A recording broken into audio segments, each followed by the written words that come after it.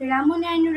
আমি প্রথমে আমার ঠাকুরকে জানাই আমার প্রণাম এবং আপনাদের সকলকে জানাই বৈদিক অভিনন্দন। রাম। এই বলে আমি আজকে তত্ত্ব আলোচনা শুরু করছি।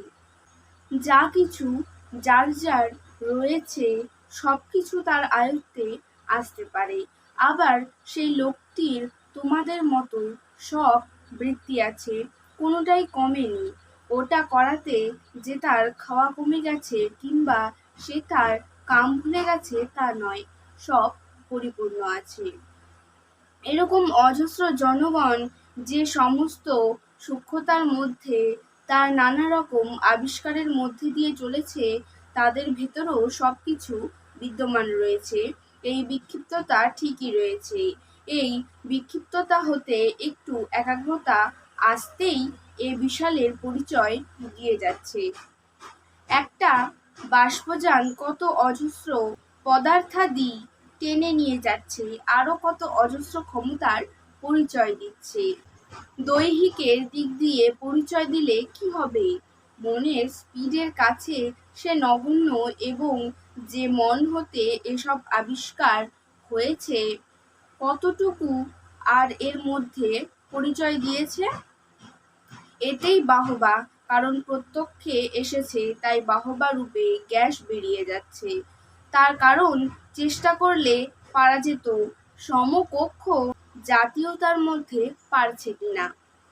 তোমার মধ্যে যে বৃত্তি রয়েছে তাদের খুঁজলে একই পাবে। এই আবিষ্কারটুকু হওয়াতে ফুরিয়ে যায়নি কিছু। তার কারণ হচ্ছে মনের খোরাক ব্রহ্মাণ্ডের সকল খোরাক, যে সবটাকে যেদিন গ্রাস করবে সেদিন তার পেট ভরবে। উদরটিও তার সেইভাবেই তৈরি, হজম শক্তিও তার সেই জাতীয়তার মধ্যেই যে রয়েছে। সুতরাং দুই শক্তিতে কোনো পার্থক্যই নেই। একটা এসে তাকে ঠিক রাখছে, আবার ভেতরে গিয়েও নিজে ঠিক রয়ে যাচ্ছে।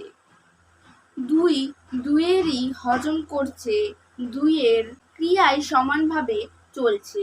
যেমন তুমি ফুড খাচ্ছ, ফুড ভেতরে গিয়ে তোমার জীবনী শক্তিতে ব্যয়িত হচ্ছে, আবার নানা প্রকারে ব্যয়িত হয়ে নিজেকে রিলিফ দিয়ে তোমার সমকক্ষের পরিচয় দিচ্ছে। Both sides are relieved to the same extent and degree. তাই উদরটি এখন কে? উভয়েই উদরেরই উদর। আমি খাচ্ছি না আমাকে খাচ্ছে, দুজনের স্বাদই দুজনে টেনে নিয়ে যাচ্ছে। রহস্য সেখানে গিয়েই বসে আছে। আবার সমস্ত শক্তিরও বিকাশ করে যাচ্ছে, আবার এই বিকশিত হতেই আয়ত্ত করে যার যার প্রকৃত রূপটিকে বের করছে।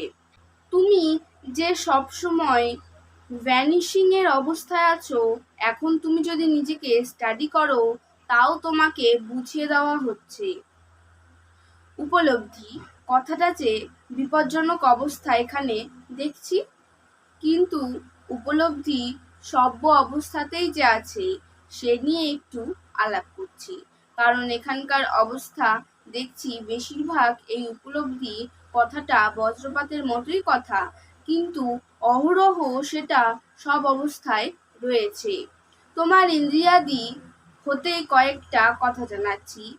তোমার চোখে দেখছো এই সাইড পাওয়ারটা যার ওপর গিয়ে পতিত হচ্ছে, যেই বস্তুর ভেতর দিয়ে এটা পাস করছে, ইউ সেলফ গোয়িং দেয়ার। সুতরাং everything coming from you self.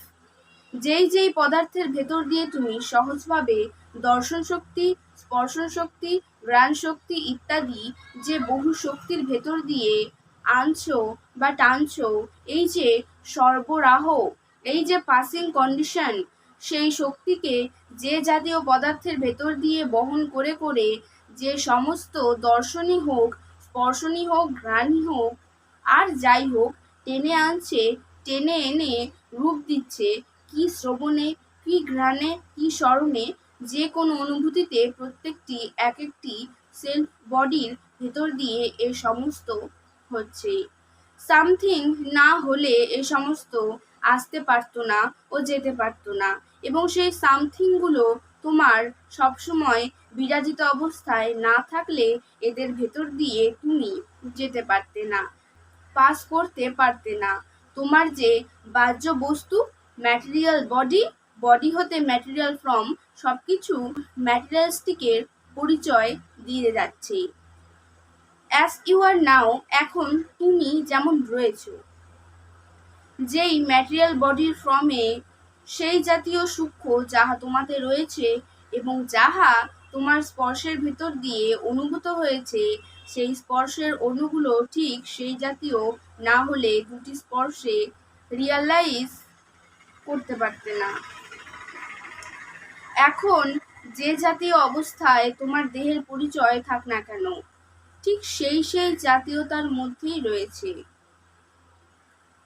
সমস্ত দেহের সেলগুলো যে সমস্ত ইন্দ্রিয়াদির দ্বারা গোচরে আসছে, সেই সূক্ষ্ম জাতীয় পদার্থগুলোর মতো তোমার সর্বাঙ্গে, সর্ব অণুতে, সর্ব সাইডে, সর্ব পার্টে সমস্ত ইন্দ্রিয়ের ক্ষমতা যা কিছু আছে, সব কিছু বিদ্যমান অবস্থায় রয়েছে তোমার বাহ্য অঙ্গের পরিচয়ের প্রত্যেকটির মধ্যে। যা কিছু চলছে এর মধ্যে মনই এখন সূক্ষ্মতার পরিচয় দিয়ে যাচ্ছে। দেহটিও সেলফ মন, মনেরই আরেকটি প্রতীক রূপে দেহকে দেখতে পাচ্ছ। মাইন্ড ইটসেলফ এই বডি, মাইন্ড ইটসেলফ বডি। সুতরাং বডি মাইন্ডের সাথে ঘুরবে, বডিও মাইন্ড হয়ে যাবে। এতে অস্বাভাবিকতা কিছু নেই, অবাক কথা কিংবা আশ্চর্য কথা। সলিড দেহের পরিচয়ের মতো কয়েকটা সলিড জাতীয় ভাষা বেরিয়ে গেছে মাত্র। অবাকও সেখানে ভ্যানিশ, আশ্চর্যও সেখানে ভ্যানিশ, দেহ যেখানে ভ্যানিশ। আবার মনরূপ মনে গিয়েও বিচরণ করেও সেখানে আবার অবাক, আবার আশ্চর্য এবং ইনফিনিট সেখানেই বলে বর্ণিত হচ্ছে। সেই জাতীয় জিনিস আমরা সব সময় টানছি, ভ্যানিশ জাতীয় জিনিস, যে ভ্যানিশে থেকে রূপ দিয়েও ভ্যানিশে আছে। আজও আমরা আছি রূপেই, ভ্যানিশ মাধুর্য সেখানেই। তাই তো এই বিরাট ওস্তাদ, বিরাট সেখানেই বিরাট নাম নিয়েছে। আমরা সেই বিরাটকেই চর্পণ করে ৩২ দন্তে চর্পণ করছি। পৃথিবীকে মটর ডালের মতো গ্রাস করে উদরস্থ করছি। একটি বৃক্ষ এই পৃথিবীর সমস্ত রসকে টানছে, সমস্ত জাতীয় রসকে টানছে। কি আয়রন, কি স্টোন, ইন অল কোয়ালিটিস, যাহা উই আর ইটিং। প্রকারান্তরে এক এক গ্রাসে এক এক পৃথিবীর কোয়ালিটিগুলোকে আমরা গ্রাস করছি। এই পৃথিবীতে কত রকম জিনিস, কত রকম পরিচয় দিচ্ছে, যাহা ব্যবহার্য পৃথিবীতে দৃষ্ট রয়েছে। এই মৃত্তিকা হয় পর্বত, হয় প্রস্তর, হয় লৌহ, হয় হীরক, হয় স্বর্ণ, হয় সাগর। সব কিছু যে একই অবস্থায় করছি, সব কিছুকে আমার ভেতরে এনে আমার ভেতরে গ্রাস করছি। সমস্ত ক্ষমতা আমাতে বিদ্যমান বলেই তো সব কিছুকে হজম করছি।